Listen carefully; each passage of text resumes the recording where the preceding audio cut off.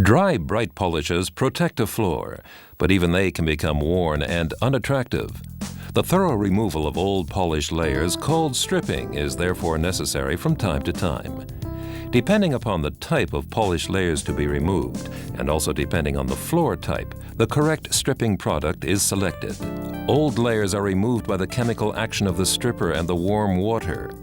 After acting, the solution is scrubbed with a single disc machine, and finally wet vacuumed.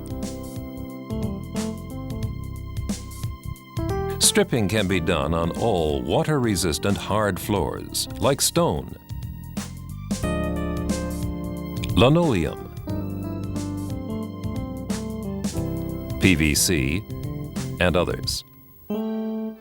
Stripping requires a low-speed, single-disc machine with a water tank, an abrasive pad, a chemical stripping product with a measuring device, a bucket, a manual cleaning tool for corners, a wet vacuum machine, and a suitable wet mopping system, as well as a warning sign.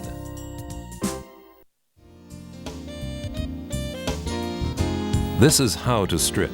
All loose dirt should first be removed from the floor.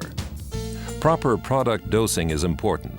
The correct amount of water and stripper must be mixed according to the manufacturer's instructions.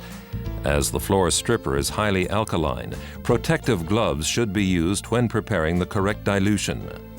Warm water should be used, since temperature is an additional cleaning factor. The stripping solution is applied to the floor. First, along the edges and borders, and then the open area. To prevent the solution from drying, enough solution should be applied.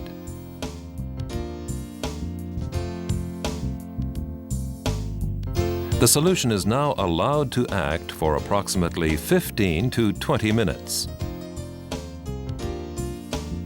The stripping solution penetrates into the old polished layers and chemically loosens and dissolves the polish's structure.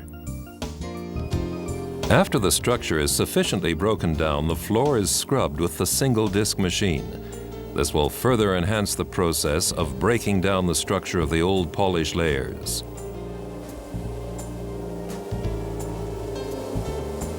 If the stripping solution on the floor has dried off already, more water should be released from the water tank. After that, more mechanical action is applied. The coarse pad completely loosens the chemically dissolved polished layers from the floor's surface. The rotating movement of the pad and working in overlapping lanes both aid the stripping process. The residue of the old polished layers in the solution and the solution itself are easily removed with a wet vacuum. The stripping solution, which has been applied along the floor's edges and borders where polish is minimally worn or damaged, and where crusts often form, is now manually scrubbed and then wet vacuumed.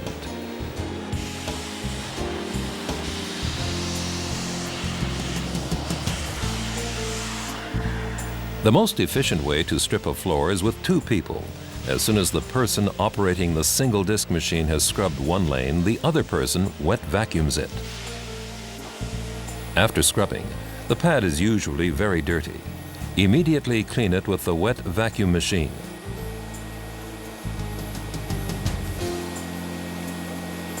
The water tank is also cleaned and then filled with clean water to rinse the floor. No residue of the alkaline stripper is allowed to remain. Rotating motions are not necessary when rinsing with the machine.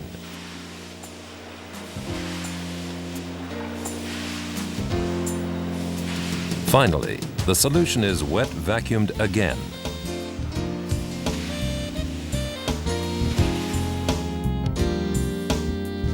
While the floor is drying, the equipment can be cleaned.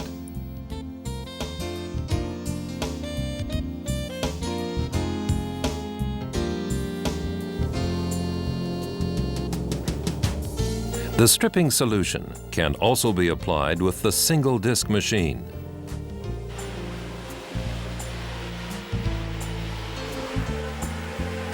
Wet vacuuming can also be carried out using the Fix-O-Mat squeegee. In larger areas, it will result in greater productivity.